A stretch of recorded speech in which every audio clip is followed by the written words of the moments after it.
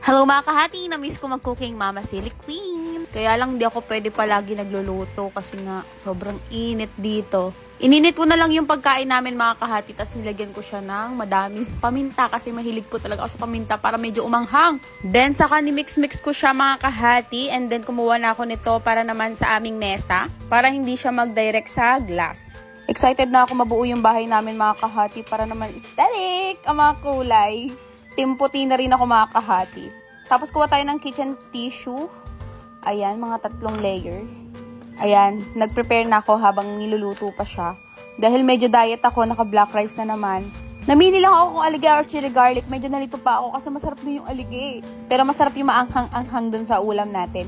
Kaya chili garlic na yung pinili ko. Aminin nyo, masarap yung pagkakaluto. Golden brownish isda. Ay nako, napakalutong nito mga kahati. Yan ang masarap sa tilapia.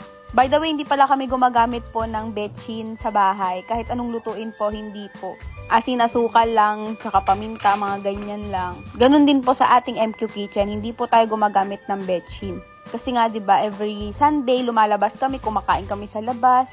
Kinukonsider na namin na meron yung MSG. Kaya para makapagpahinga kami sa MSG, ayan, wala pong mga MSG ang ating pagkain. Tapos yung rice natin, healthy rice, black rice. Ayan nang, napakalutong na tilapia mga kahati. Pinakamalit yung kinuha ko. Tapos pinakamalutong din. Ito nakakainis. Inusod ko nga yung kanin ko para hindi magsama yung ketchup sa chili garlic natin. Aba, itong asawa ko nilagay. Tapos sa kanya, tinan mo nakahiwalay. Ang galing! Galing-galing! Very good.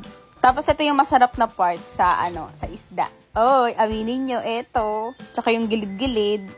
Tapos lagyan natin ng chili garlic ng MQ Kitchen. Ayan, sa mga gusto mag-reseller, message nyo lang kami, mqkitchen.me. Nako, kung naririnig nyo lang yung